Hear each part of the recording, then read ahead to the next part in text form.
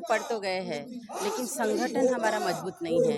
और आप देख रहे होंगे कि किस तरह से हमारा आंदोलन चल रहा है, लेकिन अपने ही लोग एक दूसरे के नाम को आगे बढ़ाने के लिए कोशिश कर रहे हैं। तो सबसे पहले अगर हमें महाबोधि महावीर मुक्ति आंदोलन को सक्सेसफुल करना है, बीटी एक्ट को रद्द करना है, तो हमें पहले संगठित होना पड़ेगा। सरकार अपने हिकड़े से इस आंदोलन को दबाना चाहती है। सर कैसा लगता है कि अभी भी ये जो आंदोलन बैठ रहे कोई दिक्कत नहीं। हाँ, क्या कहेंगे कि अभी ये आंदोलन का अगला पड़ाव आपके नज़र से क्या कुछ होगा? बोलिए।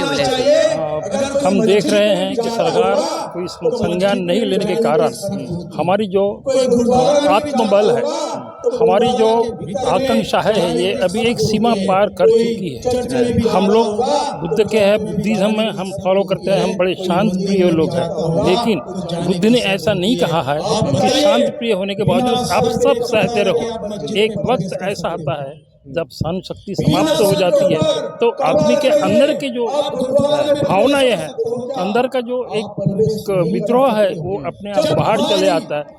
इसके पहले भी ऐसा सरकार ने देखा हुआ है, या हम लोगों ने भी ऐसा किया हुआ है कि हम एक आत्म सम्मान करने वाले लोग ये रोड पर आए हैं और सरकार को मजबूर किया है। सरकार ने मजबूर होकर उनकी जो डिमांड्स थी वो पूरी की है। ऐसे उदाहरण भी अपने को देखने को मिले। इस बात को लेकर मैं एक छोटा सा आह्वान करना चाहता हूँ कि इसके लिए सिर्फ सरकार दोषी नहीं है, दोषी हम भी हैं। अब आप लोग पूछेंगे कि हम कैसे दोषी हैं, तो ये जीता जागता उदाहरण है कि बाबा साहब के पहले जो अंधश्रद्धा इस समाज के अंदर में चल रही थी, वही अंधश्रद्धा को लेकर आज भी हमारे पब्लिक, हमारे बुद्धिज्म वाले लोग उस अंधश्रद्धा को अपने मन में पाले हुए हैं। मैं इस बारे में, इस संदर्भ में ये आम जनता से आह्वान करता हूँ कि उन्होंने जो कुछ अपने दिमाग में अंधश्रद्धा नाम की चीज़ पाल के रखे हैं, वो आज छोड़ दें।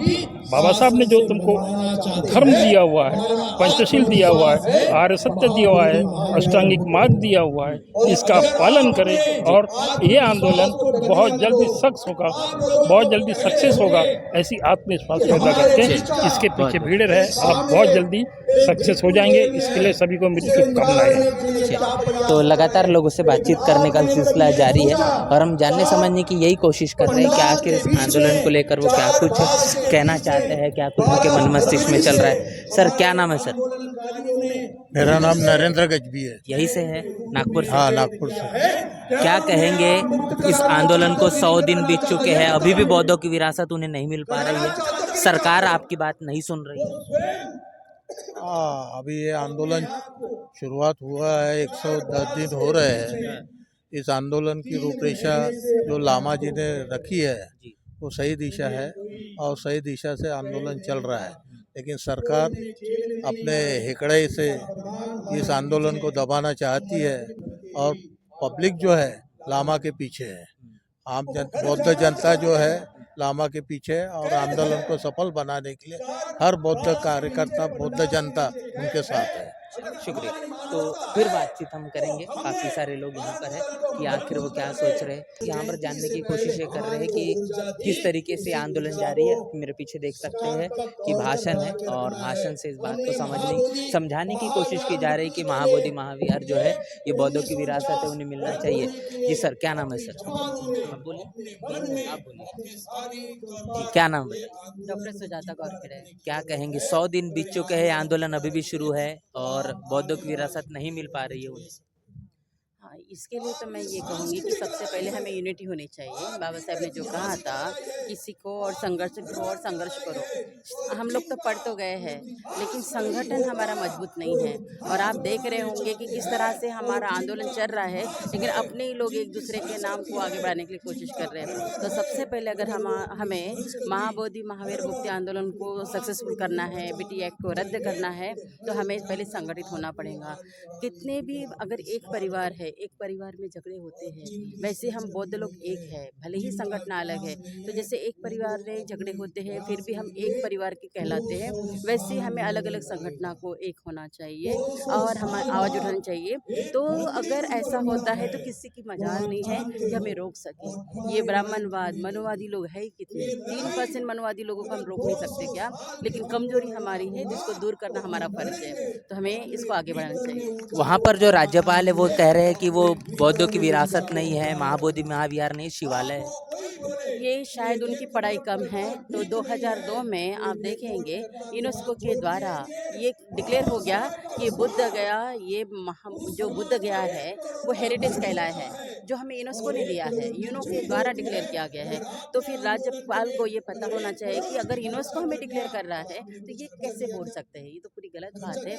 उन्हें अभ्यास करना चाहिए, उन्हें पढ़ाई करनी चाहिए, तब जाके बोलना चाहिए। क्योंकि हमें जहाँ भी आप उत्खनन करोगे उस उत्खनन में हमें बाबा साहब के बारे में तो पता है सबको, लेकिन उसके बाद आपको गौतम बुद्ध की मूर्तियाँ मिलेंगी। आप देखिए शिव जी की मूर्तियाँ कहाँ मिल रही है, आप देखो कृष्ण की मूर्तियाँ कहाँ मिलती है। तो ये हमें सच्चाई पता होनी चाहिए। इतिहास हमें बताता है, इतिहास गवाह है कि हमारे भूमि में पूरे भारत भर में गौतम बुद्ध का इतिहास है। तो ये राज्यपाल कैसे कह सकते हैं कि ये जो है ये बौद्धों का नहीं है? एक के कहने से कुछ नहीं होगा। ये राजनीति हमारे लिए कोई मायने नहीं रखता। हमें गौतम बुद्ध ने बताया है कि तर्क शुद्ध शास्त्र सीखो, तर्कवादी बनो। तो तर्कवादी बनने के लिए हमारे पास प्रूफ है कि जब भी उत्खनन करोगे तो गौतम बुद्ध की मूर्ति मिलती है, इसका मतलब है वो विहार हमारा है। तो ये अपने तरीके से तमाम चीज़ें समझने की कोशिश की जा रही है और बताने की कोशिश की जा रही है कि जो बौद्धों की विरासत है वो कैसी बौद्धों की है, और यही बात हम समझने की कोशिश करें। सर क्या नाम है सर? विजय वाघमारे, नागपुर से है? नागपुर से। क्या उद्देश्य है इस कार्यक्रम में आने का सर? इस उद्देश्य में इसलिए कार्यक्रम में आया है कि महाबोधि विहार जो है वो मुक्त होना चाहिए। इतनी दिनों से रामा है, उसके बाद में जो दूसरे भंते जी है अभी वो जेल में भी गए हैं विनाचारी। बिनाचारी। अभी भी लोग क्या करें उसके लिए काम कर रहे हैं। अलग अलग विहारों से लोगों ने क्या किया, पैसा जमा किया और वो सारा का सारा पैसा उनको क्या करे दे रहे कि इस जो आंदोलन है और कंटिन्यू चले और आगे चलना चाहिए। उन्होंने जो कहा है सरकार नहीं बात मान रही आपकी, 100 दिन हो चुके हैं, उसके बाद भी आपकी बात नहीं सुनी जा रही, तो फिर कैसे उम्मीद रखें कि ये मिल जाएगा हमको? नहीं देखो, एक तो अभी तो हमारे जो कोर्ट है, कोर्ट में क्या किया, सुप्रीम कोर्ट ने भी बोला है कि ये जो हमारा जो मामला है वो किसका है, असेंबली का है। ये बात सिर्फ असेंबली में ही हो सकती है। और वहाँ पे जो हमारे जो लोगों की जो संख्या है वो लोग संख्या कैसे, जो मेंबर्स है कौन है, मेंबर्स ऑफ MLAs है, उनकी संख्या कम है और इसके कारण तो वो तो होने वाला है नहीं। दूसरी बात ये हो सकती है कि इंटरनेशनल कोर्ट में हम लोगों ने वो बात डाली है तो वो प्रॉब्लम वहाँ पे सॉल्व हो सकता है। और उसके बाद में जो हेरिटेज संस्था है, तो हेरिटेज संस्था ने उसको क्या महाबोधि विहार को क्या एक हेरिटेज करके ऐसा माना है, और मानने के बावजूद भी उसके ऊपर उसके जो कुछ रूल और रेगुलेशन जो होते हैं अब उसका पालन नहीं हो रहा है। नहीं क्या कि भाई एक धर्म का है और दूसरा धर्म उस पर आकर क्या कर रहा है, कब्जा कर रहा है। तो ये जो बात है वो जो हेरिटेज जो संस्था है, इंटरनेशनल संस्था है, वही उसका क्या करता है, सोल्यूशन निकाल सकता है। यही मेरी इच्छा है। तो तमाम चीज़ें हमने समझी है यहाँ पर जो लोग मौजूद हैं उनके ज़रिए कि महाबोधि महाविहार जो मुक्ति आंदोलन है, ये मुक्ति आंदोलन किस तरीके से अब बौद्धों की विरासत जो है वो मिलेगा, क्या कुछ इसका अगला पड़ाव होगा, उनके मन मस्तिष्क में इस पूरे आंदोलन को लेकर क्या कुछ चल रहा है, आकाश लामा के जरिए जो कार्यक्रम में उनकी मौजूदगी है, इस मौजूदगी के पीछे की वजह क्या है, तमाम चीज़ें आपने अब तक की जो सुनी है इसको लेकर आपकी क्या राय, आपकी क्या प्रतिक्रिया है, आप क्या सोच रहे हैं, लिखकर कमेंट बॉक्स में जरूर बताएं। बने रहना नेशनल चौपाल के साथ, मिलते हैं वीडियो में, तब तक के लिए जय भीम जय भारत।